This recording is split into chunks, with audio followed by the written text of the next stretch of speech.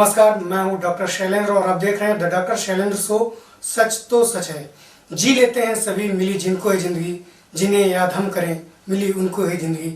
इस कड़ी में आज हम आपको मिलाते हैं भारतीय प्रशासनिक सेवा के आईएएस अधिकारी जो कि मध्य प्रदेश के रीवा जिले के जिला पंचायत में सीओ के पद पर पदस्थ हैं। सहज स्वभाव व तेज तर्रार व्यक्तित्व के धनी 2016 बैच के भारतीय प्रशासनिक सेवा के अपर कलेक्टर विकास व जिला पंचायत मुख्य कार्यपालन अधिकारी स्वप्निल गोपाल राव वानखड़े जी से, जिनका मैं इस कार्यक्रम के माध्यम से स्वागत करता हूँ। सर, आपका स्वागत है। नमस्कार। स्वप्निल जी के जीवन के कई दिलचस्प आयाम हैं जिन पर हम बात करेंगे। जीवन के उन अनछुए पहलुओं को जिन्हें केवल स्वप्निल जी ने महसूस किया है। इससे पहले कि हम बात करें, आप अपने परिवार व गाँव के बारे में क्या कहना चाहेंगे? सबसे पहले आपको मैं धन्यवाद देना चाहता हूँ कि आपने मुझे मौका दिया यहाँ बोलने का। मैं अमरावती जिला महाराष्ट्र से बिलोंग करता हूँ। मेरा परिवार अमरावती में रहता है। पापा मम्मी, मेरे पापा स्कूल हेडमास्टर थे और मेरी मम्मी गवर्नमेंट हॉस्पिटल में स्टाफ नर्स थी। दोनों अभी रिटायर है और कभी कभी यहाँ और कभी छोटे बच्चे के पास रहते हैं। उनको यहाँ आना अच्छा लगता है, लेकिन बहुत ज़्यादा देर वो रहते नहीं है। मेरा पूरा स्कूलिंग भी अमरावती में ही हुआ है। कॉलेज मेरा महाराष्ट्र में इंजीनियरिंग में कंप्लीट किया है मैंने। ये कहना चाहिए कि आपका जो शुरुआती दौर था काफ़ी संघर्षपूर्ण था। जी हाँ, बिल्कुल। हमने अगर ध्येय बड़ा रखा है सर, तो जो हमारा रास्ता है वो संघर्षपूर्ण जरूर रहता ही है। कि खुद ही को कर बुलंद इतना कि हर तकदीर लिखने से पहले खुदा खुद बंदे से पूछे, बता तेरी रजा क्या है। आप एक बड़ी कंपनी में सॉफ्टवेयर इंजीनियर के रूप में भी काम किया। जी, मैंने इंजीनियरिंग इलेक्ट्रॉनिक्स टेलीकम्युनिकेशन के बाद सॉफ्टवेयर कंपनी में मुंबई में मैंने काम किया। जब मैं इंजीनियरिंग से बाहर निकला था तब मुझे प्राइवेट कंपनी के लिए काफ़ी अच्छा अट्रैक्शन था कि कैसा रहेगा कैसा नहीं।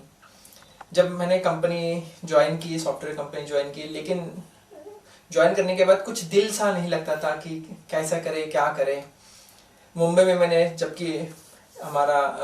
कंपनी में जॉब किया था, लेकिन क्योंकि मैं एक छोटे शहर से बिलोंग करता था, अमरावती एक छोटा शहर है, एक छोटे शहर से बिलोंग करता था, तो मुंबई में कभी जब रहते हुए मेरा मन नहीं लगता था कि वहाँ मैं लंबे समय तक नौकरी कर पाऊंगा। शायद ही हो सकता है बहुत सारे लोगों के साथ होता है जो मुंबई में पहली बार जाते हैं या दिल्ली में पहली बार जाते हैं, तो उनको मन सा नहीं लगता है। तब उस टाइम ही जब सॉफ्टवेयर कंपनी में जॉब कर रहा था, तब मेरे पापा बार बार मुझे कहते थे कि सोच लो कि अगर आपको बदलना है तो ये सबसे सही समय है। जिंदगी का पड़ाव बहुत बड़ा होता है, लेकिन आप अभी उस स्टेज पे, यूथ स्टेज पे, जहाँ एक निर्णय आपकी तकदीर बदल सकता है। निर्णय आपको लेना है, लेकिन पापा ने हमेशा मुझे मोटिवेट किया कि निर्णय सही होना चाहिए। चाहे वो बाद में आपका रास्ता कठिन हो सकता है मंजिल मिले या ना मिले, लेकिन ये उम्र होती है जब मैं 22-23 साल का था जहाँ आपको निर्णय सही लेना चाहिए। और उसी समय जब पापा ने लगभग 2 साल की नौकरी के बाद जब मैंने पूरा एक्सपीरियंस मेरा ले लिया कि प्राइवेट जॉब कैसे होता है, उसके बाद मैंने निर्णय लिया कि आप सिविल सर्विस की तरफ हमने जाना चाहिए। और उस टाइम का दौर भी ऐसा रहा है कि उन 2 साल में मेरे जो पर्सनैलिटी पे भी थोड़ा सा चेंजेस आए थे। पापा हर बार कहते थे कि हमारे जिले में ऐसा हो रहा है, यहाँ ऐसी इशू आ रहे हैं, ये तकलीफें हो रहे हैं, खेती में ऐसा हो रहा है। पापा जबकि टीचर थे तो साथ साथ खेती भी करते थे, तो खेती में ऐसा हो रहा है वैसा हो रहा है। उन सबको सुनने के बाद फिर धीमे धीमे मेरा जो निर्णय था वो सॉफ्टवेयर कंपनी, प्राइवेट कंपनी की, यहाँ से धीमे धीमे फिर शासकीय सेवाओं की तरफ मुड़ गया। सर, अगर बात करें तो आपने 2014 में असिस्टेंट कमांडेंट के रूप में आपका चयन हुआ था, फिर आपने उसको छोड़ दिया, फिर आपने तैयारी की और IRS ऑफिसर के रूप में भी आपका सिलेक्शन हुआ। जी, मैं बिल्कुल वो कहना चाहूँगा। शुरुआत में जबकि असिस्टेंट कमांडेंट जब मैं पास हो गया था, वह ऐसा नहीं है कि मैं पहली बार हुआ था। हमने शुरुआत UPSC की बहुत पहले की थी, 2-2.5 साल मेरे ऑलरेडी प्रिपरेशन में जा चुके थे। उसके बाद मैंने असिस्टेंट कमांडेंट की एग्ज़ाम, ये अलग UPSC की एक एग्ज़ाम होती है, उसको मैंने अपीयर किया था, तो वो क्लियर हो गया था। जब वो क्लियर हुआ, लेकिन UPSC की जो मेन एग्ज़ाम रहती है सिविल सर्विसेज की, वो मैं क्लियर तब नहीं हुआ था, 2014 की बात है। तब मेरे पापा ने एक बहुत ही अच्छा शब्द मुझे कहे थे जो मैं आपको बताना चाहूँगा। बोलते शुरुआत अच्छी हो या ना हो, अगर आपको छोटी भी विजय मिलती है, उस विजय को सहारा बनाना चाहिए हमारे अगली लड़ाई के लिए। और शायद वही मुझे सक्सेस जो मिला था, उसी का मुझे सहारा मिल गया है कि अगर मैं इसको कर सकता हूँ तो शायद आगे और बढ़ सकता हूँ। 2 अपयश, 2 फेलियर मुझे बिल्कुल आए थे उसके पहले, लेकिन उस छोटे से विक्ट्री का सहारा लेके फिर मैं और अपनी प्रिपरेशन करता रहा। इसीलिए असिस्टेंट कमांडेंट में मैं पहली बार जब पास हुआ तो वो मेरे लिए सक्सेस की पहली स्टेप थी, सीढ़ी थी। बिल्कुल। सर, आपने 2010 से अपनी तैयारी शुरू की थी और 2014 तक आपको काफ़ी संघर्ष करना पड़ा। जी। क्या उन दिनों को बताना चाहेंगे आप? 2010-11 से मैंने शुरू की थी। मैं आपको एक बहुत ही अच्छी चीज़ बताना चाहूँगा यूपीएससी के बारे में। जिस साल मैंने शुरू की, वहाँ से जब मैं पास हो गया, इन 4 सालों में चौथे में मैं क्लियर हो गया था, तीसरे में मैं असिस्टेंट कमांडेंट क्लियर हो गया था, लेकिन इन सालों में यूपीएससी का सिलेबस लगातार बदलते रहा। मुझे याद है चारों के चारों साल में मैंने अलग अलग तरीके से यूपीएससी प्रीलिम्स का एग्जाम दिया था। और अच्छी बात ये रही कि चाहे पैटर्न अलग अलग तरीके से बदल गया हो, कभी एप्टीट्यूड आया, कभी ऑप्शनल के लिए बोला गया, अलग अलग तरीके से यूपीएससी, कभी एप्टीट्यूड क्वालिफाइंग हुआ, सभी जगह मैंने प्रीलिम्स क्लियर की थी। तो मेरे पापा जरूर ये कहते थे, देखो परेशान मत होना, मुश्किलें बहुत ज्यादा है, रास्ते कठिन है, लेकिन अगर आप प्रीलिम्स कर रहे हो, पहला पड़ाव पार कर रहे हो, तो आप में क्षमता जरूर है और क्षमता के साथ चलते रहो और खुद पे विश्वास रखो। और शायद ऐसे मुझे लगता है कि घर का जो सपोर्ट रहता है वो ऐसी बड़ी चुनौती को पार करने के लिए बहुत आसान कर देता है। जी जी। सर, इस बीच में आपको काफ़ी जैसे चुनौतियां भी देखने को मिली। आपके साथ कई बार ऐसा हुआ कि आप लगातार इंटरव्यू में गए और वहाँ से सक्सेस आपसे कुछ कदम दूर ही रह गई। जी जी, मेरे साथ बिल्कुल ऐसा हुआ था। 2012 से ही मुझे याद है, हर बार मैं इंटरव्यू जाता था, 2 इंटरव्यू, तीसरे इंटरव्यू जब मैं सिलेक्ट हुआ तो मैं तीसरा इंटरव्यू था जी। मैं लगातार इंटरव्यू गया, सब प्रीलिम्स मेंस क्लियर हो जाता था, लेकिन इंटरव्यू नहीं होता था। फिर सेकंड टाइम जब प्रीलिम्स मेंस क्लियर होता था, इंटरव्यू में मैं 10 मार्क्स 5 मार्क्स से रह गया था। पहली बार मैं 12 मार्क्स से था, दूसरी बार मैं 5 मार्क्स से रह गया था। फिर तीसरी बार गया, अब बाय गुड लक और बैड लक तीनों बार मुझे एक इंटरव्यू पैनल, एक ही इंटरव्यू पैनल मिला था और तीसरी बार भी वही मिला। तो शायद तब मुझे लग गया था कि इस बार मेरा सिलेक्शन नहीं होना है। लेकिन संघर्ष करते हुए मैंने ये सीख लिया था कि आपके जीवन के 2 पहलू होते हैं, एक आपका स्ट्रेंथ, एक दूसरा वीकनेस। आप पहले प्रयास करते हो कि आपके वीकनेस को आप अच्छा करो और आगे बढ़ो, लेकिन कभी कभी आपको ये लगता है कि हो सकता है कि आपका वीकनेस आप ओवरकम नहीं कर पाओगे। तो मेरा ये मंत्र था कि ठीक है, वीकनेस नहीं हो रहा है, अब मैं वीकनेस की तरफ ध्यान नहीं दूंगा, स्ट्रेंथ को ही मैं अपना और अच्छे से बढ़ाऊंगा। तब मैं यूपीएससी प्रिपरेशन करते हुए मैंने जाना था कि इंटरव्यू में मेरे ठीक मार्क्स नहीं आ रहे, तो मैंने जान लिया कि अब मेंस पे ही फोकस करना है। जब तीसरे इंटरव्यू में मैं गया था तो मैंने सोच लिया था कि इंटरव्यू में मेरे कितने भी मार्क्स मिले, सिर्फ मेंस के मार्क्स पे ही मैं पास हो जाऊंगा, क्योंकि जो फाइनल लिस्ट आती है वो इंटरव्यू मेंस की आती है। और ऐसा ही हुआ, इंटरव्यू में गया, मुझे इंटरव्यू में बहुत ही कम थे, मैं इंडिया में 3rd लोएस्ट था तब 2014 के एग्जाम में इंटरव्यू के मार्क्स में, लेकिन मेंस के मार्क्स मेरे इतने अच्छे थे कि उस टाइम मुझे आईआरएस की रैंक मिल गई थी। तो मैं हमारे व्यूअर्स को सभी ये कहना चाहूंगा कि आप में कुछ कमियां होगी, कुछ अच्छाइयां होगी, कमियों को आप दूर करने का प्रयास जरूर करो, लेकिन कभी कभी आपको अपना स्ट्रेटेजी चेंज करनी पड़ती है और जो आपकी शक्ति है उसी पे भरोसा करें और संघर्षपूर्ण इस वातावरण को जीत लेना चाहिए। सर, अगर जैसे कि आपने आईआरएस का जब पद मिला, उसके बाद फिर आपने फिर क्विट किया उससे? जी, आईआरएस को मैंने क्विट नहीं किया था। जब मैं आईआरएस बन गया था तो मैंने आईआरएस को ज्वाइन कर लिया था और ज्वाइन करने से पहले मैंने प्रिपरेशन की थी, उसके बाद मैंने ज्वाइन किया था। अब जब आईआरएस था तब मेरा सिलेक्शन आईएएस में हुआ था, तो मैंने शुरू तो कंटिन्यू रखा था और मैंने पहले से ये जान लिया था, या तो मैं पूरे अटेम्प्ट खत्म करूंगा या तो मैं आईएएस बनूंगा। ये तीसरा कोई ऐसा मौका नहीं रहेगा कि मेरे पास मौका था लेकिन मैंने एग्जाम को नहीं दिया, ये कोई चॉइस नहीं रहेगा। इसलिए मैं कंटिन्यू चलता रहा, जब तक कि नहीं बनेंगे तब तक चलते रहेंगे। मतलब ये कह सकते हैं कि सपने वो देखें जो हम पूरा कर सकें, या फिर हमेशा बड़े सपने देखना चाहिए? मैं इसमें थोड़ा सा ऐड करूंगा, सपने आप कुछ भी देखें, एक बार देख लिया तो उसके बाहर नहीं निकले, फिर चलते रहे चाहे संघर्ष कितना है। या तो आप, हम तो इतना ही बोलेंगे कि फेल्योर आपकी एक चुनौती है, उसे स्वीकार करना चाहिए फेल्योर को, लेकिन फेल्योर को देख के रास्ता नहीं बदलना चाहिए। अगर आप में दम है या अगर आपको लग रहा है कि नहीं हमारे से ये चुनौती पूर्ण नहीं हो सकती, तो पहले ही छोड़ दीजिए फिर। तो यही हमने किया था कि अब एक बार शुरू कर दिया, अब छोड़ना नहीं है जब तक कि मतलब रास्ते पे चल पड़े तो मंजिल को पाएंगे ही। मंजिल को पाने का हौसला साथ में लेके ही चलना है कि जब तक कि हौसला रहे तब तक लड़ते रहेंगे, आखिरी सांस तक लड़ते रहेंगे। मतलब आपका कहना सीधा सा था कि जैसे बंच में अगर कीज है तो हमें लास्ट की तक नहीं छोड़ना चाहिए, उम्मीद हो सकता है कि लास्ट की जो इस ताले को खोल दे। जी बिल्कुल, लास्ट तक उम्मीद नहीं छोड़ना चाहिए, हौसला बनाए रखना चाहिए। बहुत सारा मैंने देखा है इस पूरे दौर में, बहुत सारे बच्चों का मैंने देखा है कि आप शुरुआत करते हैं, अच्छे से शुरुआत हो जाती है, लेकिन आगे चल के वो हौसला उनका नहीं रह पाता, जिसके कारण वो एग्जाम बीच में ही छोड़। मैं यही कहना चाहूँगा कि शुरुआत आप कीजिए। हो सकता है एक कठिन एग्जाम है, एक साल में आपको पता चल जाएगा कि इस परीक्षा को आप पास कर सकते हो नहीं कर सकते हो।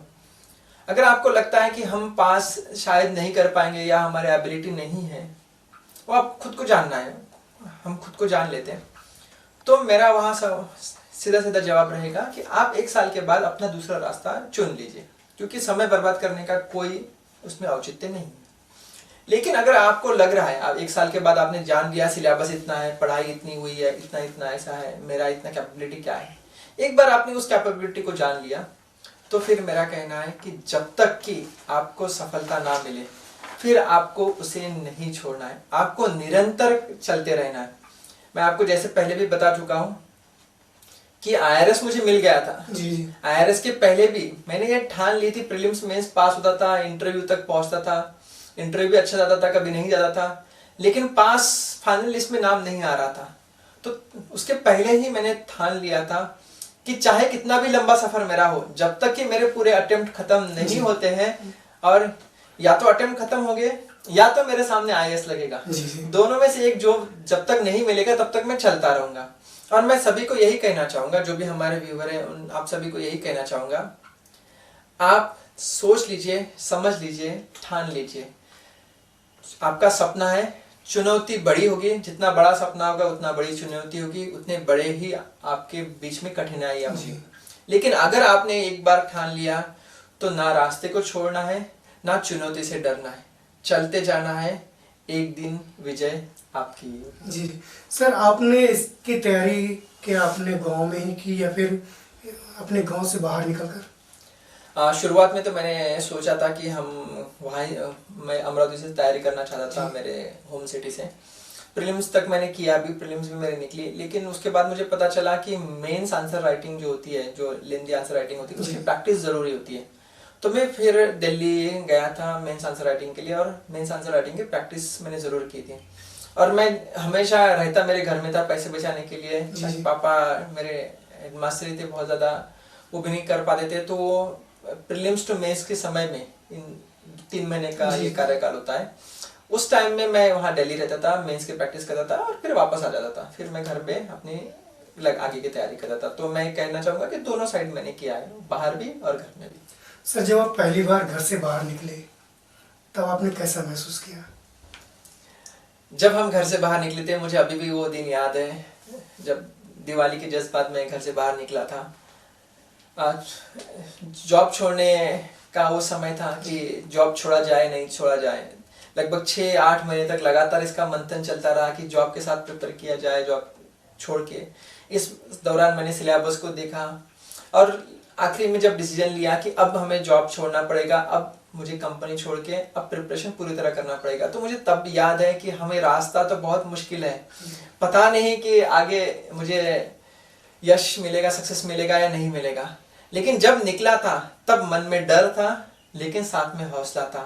मुझे वो राहुल द्रविड़ की जो पंक्तियां मुझे हमेशा याद आती है, उनके जो शब्द है वो आते हैं कि जब आपके मन सामने गोल कठिन हो तो डर जरूर लगेगा, आप अंडर प्रेशर जरूर करेंगे, लेकिन जब जब अंडर प्रेशर हो तब तब आपका परफॉर्मेंस और अच्छा होना चाहिए, ना कि डर के पीछे आ जाना चाहिए। तो वो लेके मैं चला था। जब घर जब मैंने प्रिपरेशन शुरू की तो मेरे मन में वो समय जरूर याद आता था कि मैंने जॉब तो छोड़ा है। वो समय अभी भी मुझे याद है कि जब मैं कंपनी से निकला था, रिजाइन करके निकला था, क्या मैं यहाँ कंपनी को तो मुझे फिर से उस कंपनी में वापस तो नहीं आना पड़ेगा। मतलब एक डर जो है दिमाग में बना था बिल्कुल। और लेकिन मैं ये भी कहना चाहूंगा कि जब भी आपके पास चुनौतियां बड़ी होती है तो डर होता है। जब आपके सपने बड़े होते हैं तो डर जरूर होता है, लेकिन आपके डर को जो जीत पाए उसी को तो आप यशस्वी या सक्सेसफुल कहते हैं। सर इस बीच में जब आपके बीच एक उधेड़बन मची थी, आपके दिमाग में डर भी था और सक्सेस पाने का आकांक्षा लालसा भी थी, इस बीच किसी न किसी ने आपके ऊपर एक हाथ रखा होगा।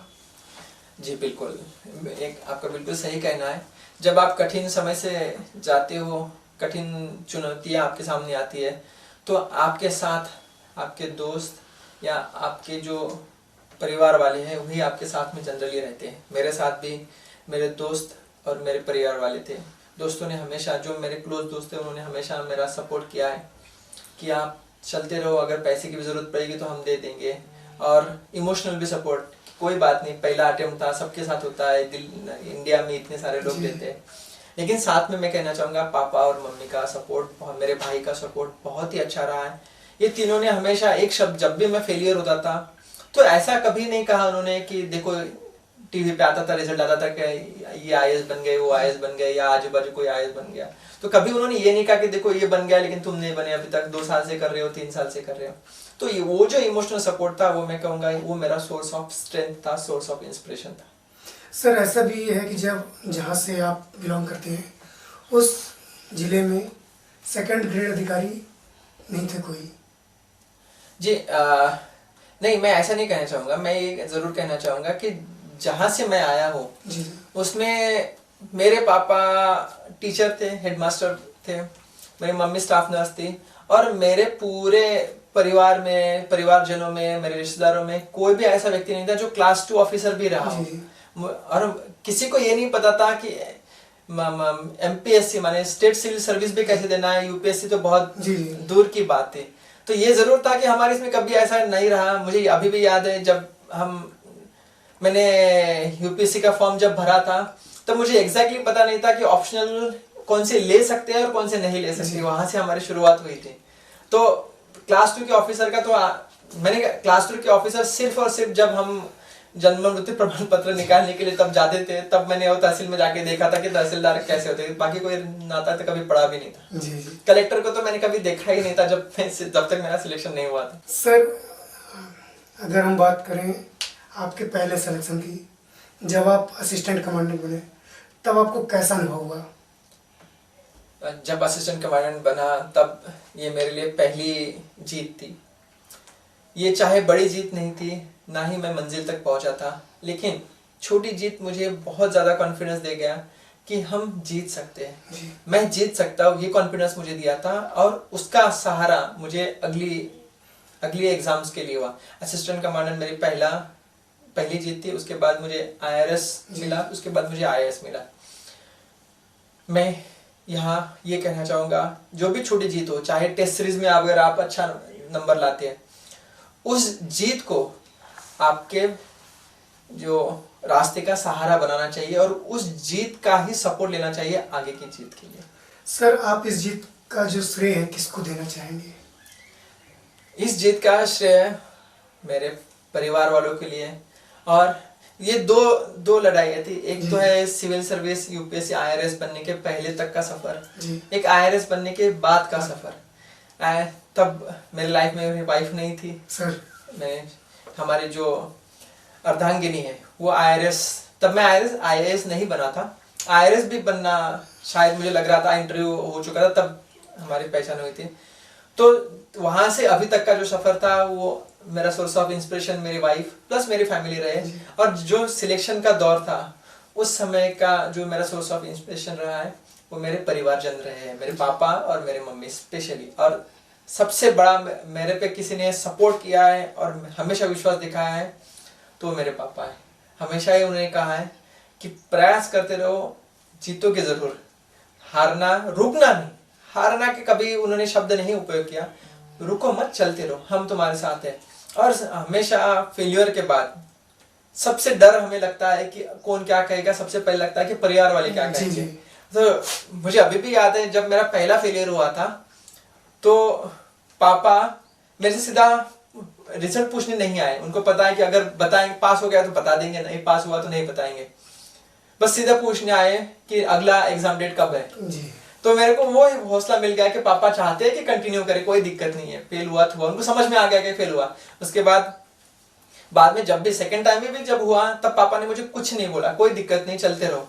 क्योंकि रिजल्ट आता है न्यूज़पेपर में आ जाता है, टीवी पे आने लगता है, आज तक पे फ्लैश होता है कि रैंक 1 आ गए, यूपीएससी का रिजल्ट लग गया। और अगर मैं पापा को बताने नहीं गया कि क्या रिजल्ट रहा तो पापा को पता चल जाता था कि एग्जैक्टली पास हुआ है नहीं हुआ है। लेकिन पापा ने मुझे ना कभी पूछा कि तुम्हारा रिजल्ट क्या रहा, कभी नहीं पूछा। लेकिन ये जरूर बताया, हमेशा बताया कोई बात नहीं, कठिन संघर्ष अगर कठिन है, संघर्षमय है तो समय जरूर लगेगा और उतना समय आपको देना पड़ेगा। मतलब उन्होंने हमेशा संघर्ष में लड़ने की, कहना चाहिए कि आपको हौसला अफजाई की कि आप लगातार लड़ते रहिए, मैं आपके साथ हूँ। जी, लगातार लड़ते रहिए। अगर संघर्ष है, चुनौतियां संघर्षपूर्ण है तो समय लगेगा, आपको समय देना चाहिए, ये उनका मूल मंत्र था। सर अगर मैं आईआरएस की बात करूं, जब आप आईएएस बने तो उस दौरान ट्रेनिंग के समय का कोई ऐसा अनुभव? जी बिल्कुल। आईएएस की ट्रेनिंग जो होती है या सिविल सर्विस की जो ट्रेनिंग होती है लब्बासना मसूरी में होती है, एक बहुत ही अलग टाइप की ट्रेनिंग होती है, क्योंकि वो पहाड़ियों में ट्रेनिंग होती है। हमारी सभी पूरा का पूरा जो हमारा एकेडमी वो पहाड़ियों में मसूरी में है। और सबसे अच्छी बात जो ट्रेनिंग में हमें दिया जाता है वो बेसिक वाला एजुकेशन तो मिलता है कि कैसे जिले को संभालना है, क्या करना है, लेकिन उसके साथ साथ चुनौतियों को कैसे सॉल्व करना है उसका भी एक ट्रेनिंग मिलता है। उसमें 10 दिन की ट्रेनिंग होती है हिमालय की ट्रैकिंग की। हिमालय में जो भी बड़े बड़े डेस्टिनेशन होते हैं वहाँ 10 दिन के लिए आपको छोड़ देते हैं एक ग्रुप बना के, और आपको ट्रैक करना होता है। अब 10 दिन में आपके पास जो भी चुनौती आएगी, चाहे आपको ठंड लगे, आपको सपोर्ट करने वाला कोई नहीं है, आप अपने आप में हो, ना कोई टीचर रहेगा आपके साथ, नहीं, आप 10 का ग्रुप है।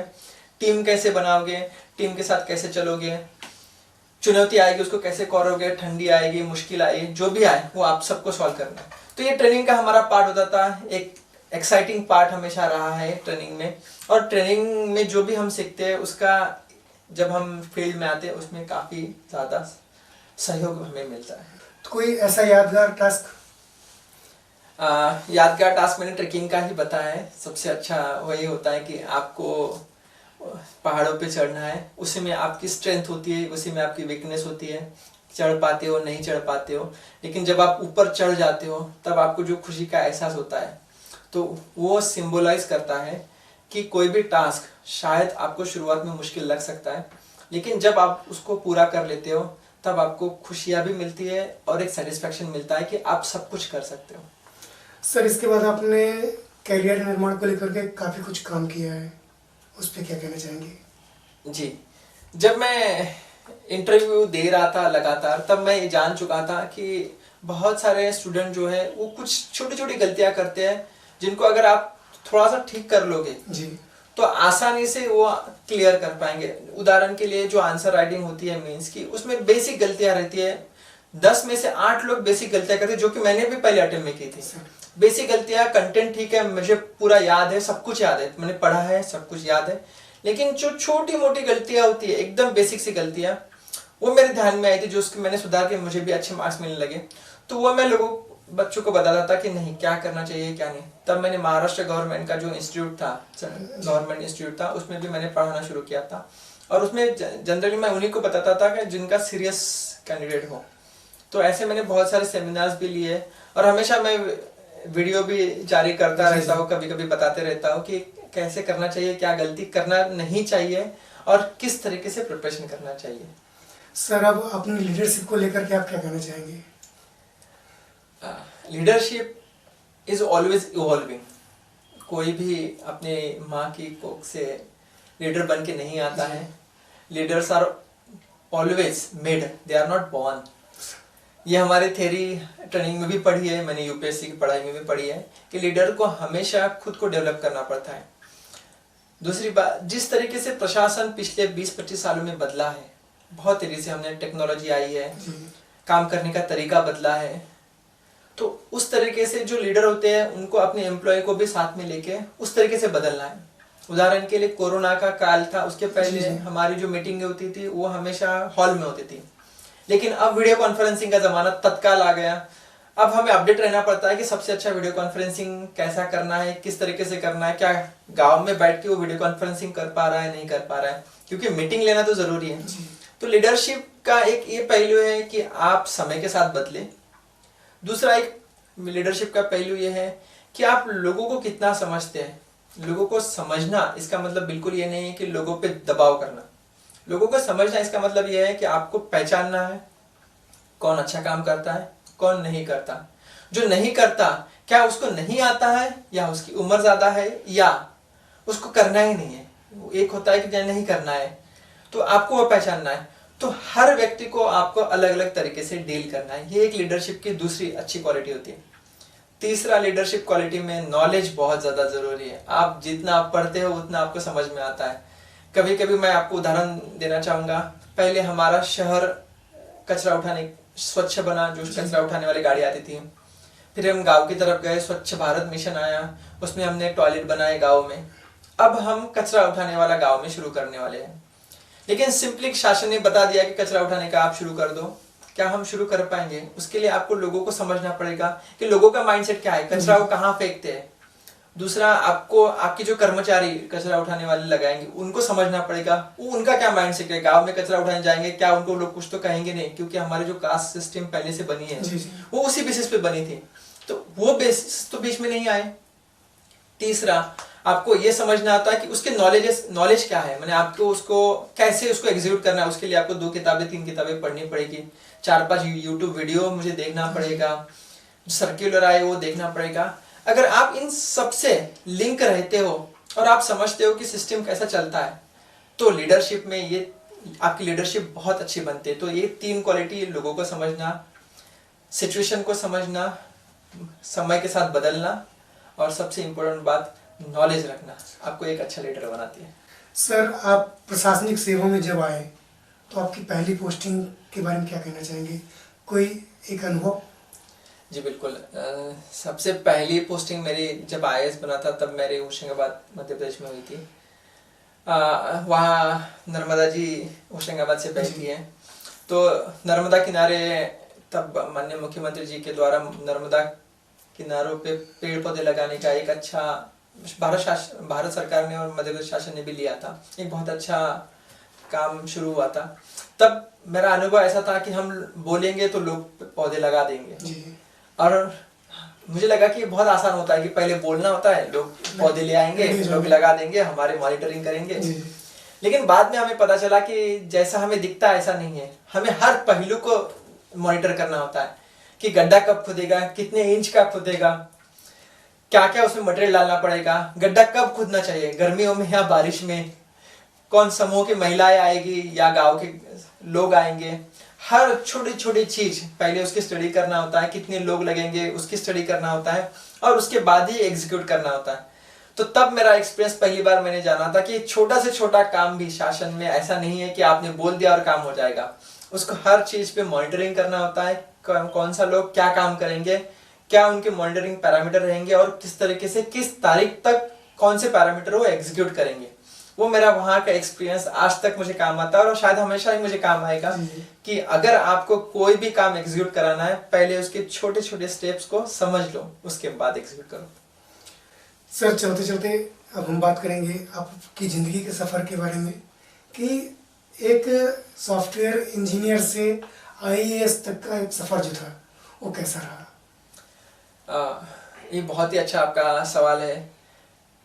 जब हम शुरुआत करते हैं तब हमें लगता है प्राइवेट कंपनी में नौकरी अच्छी है, पैसा अच्छा आ रहा है, तो कभी इसे ना छोड़े। लेकिन बीच बीच में कभी कभी आपको ये ऐसा लगता है कि शायद मैं अपने जीवन में जो करना चाहता हूँ शायद ये नहीं है, ऐसा भी मुझे लग रहा था। और इसके कारण हमने डिसीजन लिया कि यहाँ से सिविल सर्विस की तरफ आए। तो वो जो सफ़र था, पहले कॉलेज के बाद प्राइवेट कंपनी में जाना एक चुनौती लग रही थी कि कंपनी में मुझे जॉब मिलेगा कि नहीं मिलेगा। जब कंपनी में गया, अच्छा सैलरी मिली, तब मुझे USA का वीज़ा भी मिल गया था, जो कि मैंने बाद में USA नहीं गया, वीज़ा कैंसिल करते हुए मैंने इधर सिविल सर्विस तरफ आया था। तो वहां से यहाँ तक का सफर बहुत ही अलग चुनौतीपूर्ण था, लेकिन हर बार मैं ये कहना चाहूंगा, आपको निर्णय लेना होता है। निर्णय कभी कभी जो डिसीजन होता है, कभी कभी रिस्क के साथ डिसीजन जरूर होते हैं, आपके निर्णय के साथ हमेशा रिस्क बना रहेगा, लेकिन अगर आप कैलकुलेटेड रिस्क लेके अगर डिसीजन लेते हो, निर्णय लेते हो, तो आपको सफलता मिलने का चांसेस ज्यादा होते हैं। वो हमें जैसे हमेशा कहा जाता है कि wrong decision is better than no decision. अगर आपका निर्णय गलत भी होता है, वो ज्यादा अच्छा है कोई ना, हाँ बिल्कुल, कोई निर्णय ना लेने से। और वही हमारा सफर रहा है कि निर्णय लेते गए, हम आगे बढ़ते गए, कभी गलत हुए, कभी सही भी चलता है, कभी मुश्किल ज्यादा रही, कभी आसान रहा, लेकिन अब तक का सफर मुझे लगता है कि जैसा मुझे चाहिए था शायद वैसा ही रहा है। सर, आपकी सफलता का मूल मंत्र क्या रहा? मेरे सफलता का मूल मंत्र जो हरिवंश राय बच्चन की जो कविता है कि लहरों से डरकर नौका पार नहीं होती, कोशिश करने वालों की कभी हार नहीं होती। जो भी चुनौती है उसे स्वीकार करो, क्या कमी रह गई देखो और उस आगे बढ़ो। यही मेरा खुद का मूल मंत्र रहा है कि जो भी चुनौती आएगी उसको समझ लो, देखो कैसे उसको पार करना है और फिर अटैक करके उसको पार करो, लेकिन रुकना नहीं है, छोड़ना नहीं है, चलते जरूर रहना है। जी सर, चलते चलते जो हमारे युवा आपको देख रहे हैं, जो दर्शक हमारे देख रहे हैं, उनके लिए आपका क्या मैसेज है? मेरा यही मैसेज रहेगा, एक बार आपने ठान लिया है तो दो चीजें, सेल्फ डिसिप्लिन। जो आप सोच रहे हो अगर सुबह 5 बजे उठना है तो सुबह 5 बजे उठने को कभी छोड़ना नहीं है, जो मैंने कभी नहीं छोड़ा। अगर आप रात में पढ़ना चाहते हो तो रात में पढ़ो, कोई दिक्कत नहीं है, लेकिन रात में फिर 12-1 बजे तक पढ़ना ही पढ़ना है, जिसको मैं सेल्फ डिसिप्लिन कहूँगा। दूसरा होता है हमेशा मोटिवेशन बना के रखो।